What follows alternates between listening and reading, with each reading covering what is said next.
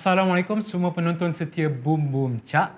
Nampak tak hari ini kita ada kelainan sedikit. Kita ada set yang berbeza sempena dengan Hari Wanita Sedunia yang disambut pada 8 Mac. Dan saya sendiri nak berikan penghargaan kepada semua wanita yang berada di luar sana. Dan kita tahu peranan wanita hari ini memang penting dalam membentuk generasi yang akan datang. Dan sebab tu tema tahun ni saya kira sangat bertepatan, iaitu Choose to Challenge.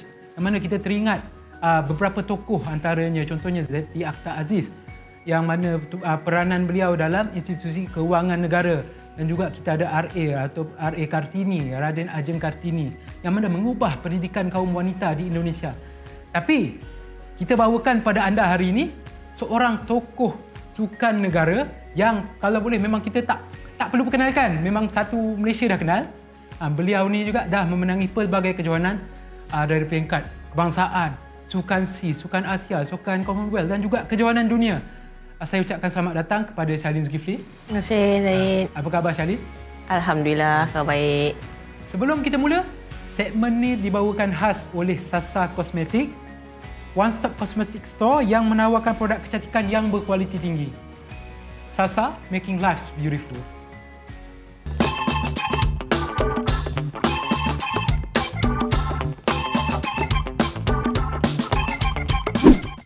Dalam tempoh PKP ni juga, apa aktiviti harian Shalin lah kita kongsikan? Sebenarnya PKP ni sibuk juga saya di rumah sebab biasanya saya sebelum ni ada latihan di lane, latihan pasukan kebangsaan, lepas tu kami ada latihan gimnasium. Tapi di rumah, memandangkan anak saya pun homeschool, saya pun dah baru bersara dari pasukan kebangsaan. Walaupun bersara, tapi kerja di rumah masih diteruskan. Yalah, banyak memasak sebab semua orang kat rumah kan. Ada berbeza tak mungkin latihan sewaktu dalam tempoh PKP ni berbanding dulu kan? Memang latihan. Ada. Sebelum saya bersara, misalnya tahun lepas, kami setiap hari pasukan kebangsaan akan adakan sesi latihan fizikal, gimnasium, online, Skype, di rumah setiap hari. Petang dan kadang kami ada sesi nutrisi dengan nutritionist kami dan beberapa sesi lain jugalah. So masih dalam pemantauan daripada pihak MSN masih dalam pemantauan pihak MSN. Macam dan yang kita pun tahu yang Shalin sendiri baru sebut tadi yang Shalin dah bersara daripada sukan bowling kan. Tapi ada tak mungkin sebarang kejohanan yang Shalin rasa ini aku nak capai kejohanan ni sebelum kira sebagai pelengkap karier Shalin lah sebagai ada, sebenarnya ada, Zaid. Walaupun saya dah menang banyak kejohanan di peringkat kebangsaan, antarabangsa, peringkat dunia, alhamdulillah, selama 28 tahun saya menjadi atlet kebangsaan, saya bersara hanya dari pasukan tamping bowling kebangsaan, tapi saya masih bermain. Dan salah satu kejohanan yang saya nak tandakan daripada bucket list saya ialah untuk menangi satu kejohanan, satu atau lebih kejohanan di peringkat profesional, di sirkuit profesional di Amerika Syarikat. InsyaAllah jika semua tersusun dengan elok, saya akan berlangsung ke Amerika Syarikat pada bulan April ni. InsyaAllah kita pun sama-sama doakan supaya perjalanan karier Shalin ni terus berpanjangan. Alhamdulillah, insyaAllah. Shalin pun dah bermula awal usia 9 tahun lagi. Betul. Shalin memang diajak untuk ke gelanggang bowling oleh keluarga atau ayah atau ibu Shalin sendiri lah. Tapi ada tak mungkin cita-cita yang menjadi rahsia Shalin sebelum ni? Mungkin selain daripada nak menjadi ahli bowling, mungkin ada cita-cita lain yang penonton kita boleh tahu. Ketika di sekolah rendah, Shalin memang aktif dalam semua jenis sukan di sekolah. Bola baling, bola jaring, pingpong, catur, semua pun Shalin main juga. So Shalin memang suka sukan. Tapi kenapa memilih sukan bowling tu? Sukan bowling tu sebab selepas saya berbincang dengan pak saya, selepas UPSR darjah 6, nak masuk form 1 tu, kami bincang, kami cakaplah apa sukan yang saya minat dan saya rasa saya boleh menjadi juara dunia. So selepas perbincangan kami, kita cakap kami dapat identify yang sukan bowling ni bukan salah satu sukan yang insyaAllah dapat membawa saya mencapai target saya lah, itu menjadi juara dunia. Sebab sukan bowling ni kalau saya nak masuk athletics kan, olahraga susah sebab saya pendek.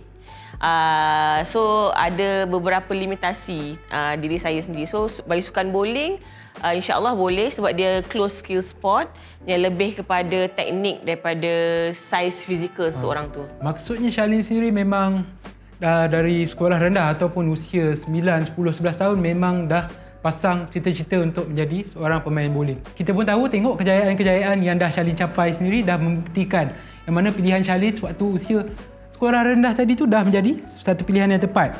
Dan juga kita pun tahu yang Charlene dah dianugerahi seorang cahaya mata. Alia, betul tak? Berapa umur Alia? Tahun ni dia masuk 10 tahun. Darjah 4. Boleh kami tahu tak mungkin apa sebenarnya cabaran menjadi atlet tapi dalam masa yang sama menjadi seorang ibu? Memang besar juga cabaran dia, terutama sekali ketika saya mengandung Alia. So saya sebab bagi seorang sukan, kontrak kami akan tamat jika kami tak dapat meneruskan latihan. So saya hanya dapat meneruskan latihan sehingga saya 4 bulan setengah mengandung. Selepas tu susah sikit sebab perut saya dah besar. So nak bend, nak release bola pun susah. So saya sehingga 4 bulan setengah saya berhenti dari pasukan kebangsaan. Selepas saya bersalin, saya hanya dapat kembali beraksi, berlatih bersama pasukan kebangsaan selepas 4 bulan kerana saya melakukan C-section operation.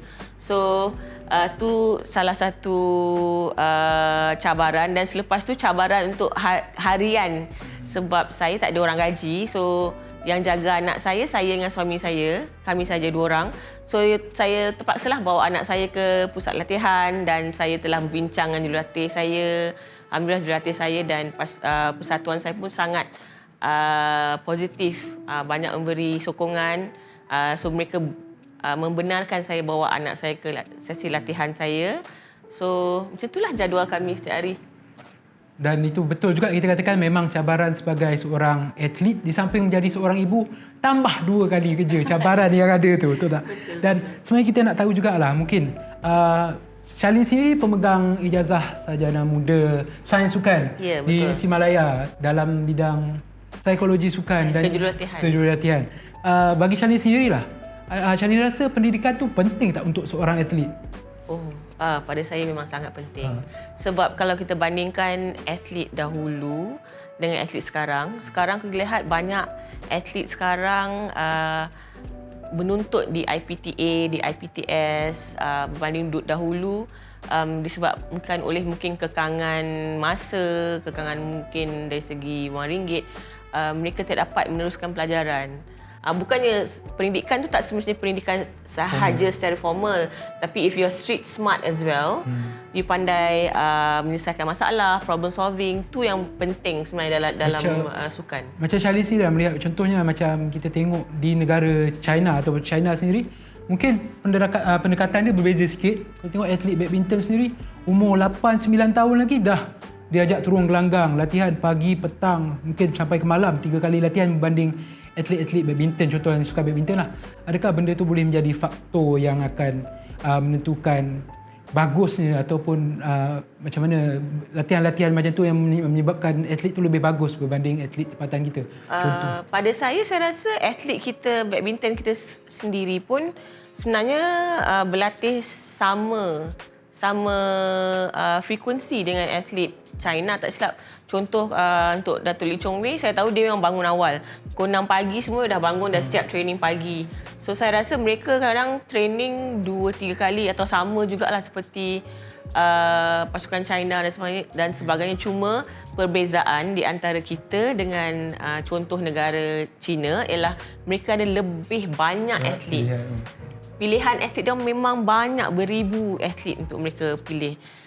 Berbanding kita di sini yang mungkin beratus atau berpuluh sahaja yang bagus.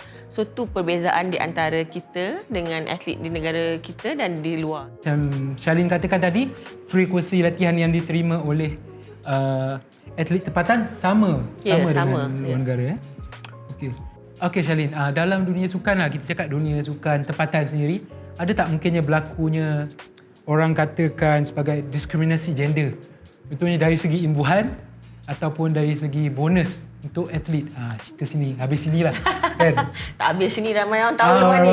Okey, sebenarnya alhamdulillah bagi semua atlet perempuan di Malaysia, diskriminasi tu memang kurang sebab berbanding negara lain lah. Kurang sebab satu imbuhan diberikan sama ada lelaki atau wanita. Cuma pingat yang di bawah balik tu, yang dimenangi tu akan menentukan imbuhan you. Dia bukan sebab gender, whether you perempuan you dapat kurang, lelaki dapat lebih, tak ada. Kedua, dari segi allowance atau gaji bulanan juga berdasarkan pencapaian. So tu tak menjadi satu isu jugalah bagi gender, sebab kalau walaupun you seorang wanita tapi mempunyai pencapaian yang bagus di peringkat antarabangsa, kami semua ada KPI tertentu yang kami kena capai setiap tahun. So kalau kami capai KPI, mungkin gaji kita akan sama atau lebih. Macam Charlene sendiri kata, Charlene memang dapat sokongan daripada ibu bapa. Usia 9 tahun lagi dah ikut ayah Charlene sendiri lah untuk terlibat dalam sukan bowling. Dan macam mana pula dengan Alia lah? Dia nak tahu Alia sendiri dia minat tak sebenarnya main bowling, ataupun dia ada bakat main bowling tak? Macam mak dia juga. Tak tahulah, sebab semua orang pun tanya soalan yang sama. Tapi kita tak saya dengan suami saya tak paksa dia pun sama ada dia nak main bowling ke tak, tu terpulang pada dia. Cuma dia memang kira grow up dalam bowling center lah, sebab masa saya mengandung pun saya dekat bowling center hari-hari. Saya dah bersalin pun, saya lepas pantang tu memang saya dekat pusat bowling hari-hari, sebab suami saya pun kerja dan saya pun tolong persatuan. So memang hari-hari dia akan ke pusat bowling. Mungkin dia dah bosan kot, dia tak suka. Tapi dia memang suka sukan. Tapi kalau semua orang tanya dia, so you nak jadi macam your mom your mom or your dad? Nope. Do you like bowling? Nope. Tapi terkejut je dia hari tu untuk koko dia. Tahun ni sekolah koko dia kena pilih sebab dah jam 4. Tanya dia, so kelab apa yang nak masuk? Dia boleh pilih kelab bowling. So saya macam I thought you cakap tak suka bowling. So mungkin tak tahulah, mungkin rahsia sebab kita orang tak pernah paksa. Kita orang just sokong apa minat dia. Kalau dia minat bowling, alhamdulillah kita orang lagi happy lah, sebab dia boleh penerus legacy dan sebagainya. Tapi kita tak pernah paksa. Itu tadi Charlene dah kongsi sikit sebanyak kan, dari perjalanan macam mana daripada peringkat rendah kemudiannya sehinggalah ke menjadi atlet yang kita katakan atlet elit kebangsaan itu tadi. Dan Charlene mungkin kalau Alia dia tengok video ni nanti kan, apa harapan Charlene sebagai seorang ibu lah, terutamanya sebagai seorang ibu kepada Alia? Kita harap Alia tengok video ni. Alia, Mama harap Alia akan dapat cari apa-apa sukan atau apa-apa minat you dan just go for it. Mama and Papa will always support you in everything that you want to do. And I hope you be able to achieve all your dreams, insyaAllah. And whatever you achieve pun jangan lupa tentang Allah. Itu saja. Terharu kita mendengar macam mana ucapan seorang ibu kepada anaknya tadi. Dan saya sendiri mendoakan supaya Alia terus sihat dan tak kisahlah apa cita-citanya pun, kita doakan cita-citanya tercapai, dan juga Charlene sendiri semoga berjaya mendapat apa yang Charlene inginkan. InsyaAllah. Dan tadi kita dah tahu sikit sebanyak tentang perjalanan karier Charlene dan juga tentang dirinya sebagai seorang ibu. Tapi kita nak main satu permainan yang mungkin mudah sikit, tapi game dia game nak pilih mana. Pernah dengar tak? Macam ada pernah dengar juga. Game ni macam ni je. Kami akan bagi pilihan. Contohnya nasi lemak, roti canai. Mana satu yang Charlene suka? Tapi kena jawab dengan cepat. Boleh. Boleh ya? Boleh, insyaAllah.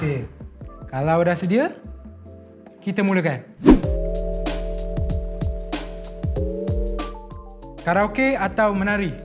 Karaoke. Karaoke Nasi lemak atau roti canai? Roti canai. Casual atau formal? Casual. Siti Nurhaliza atau Ziana Zain? Tadi kata karaoke, suka karaoke kan? Siti Nurhaliza.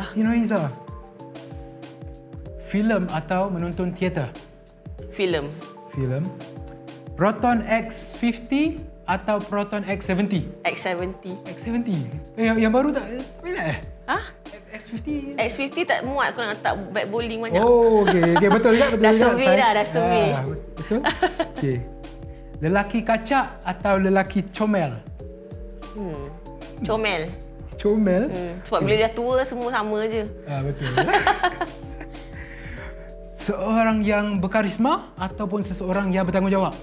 Bertanggungjawab. Bertanggungjawab. Okey. P. Ramlee atau Sudirman? P. Ramlee. Kalau betul kata P. Ramlee, cuba bagi sikit dialog dalam cerita P. Ramlee.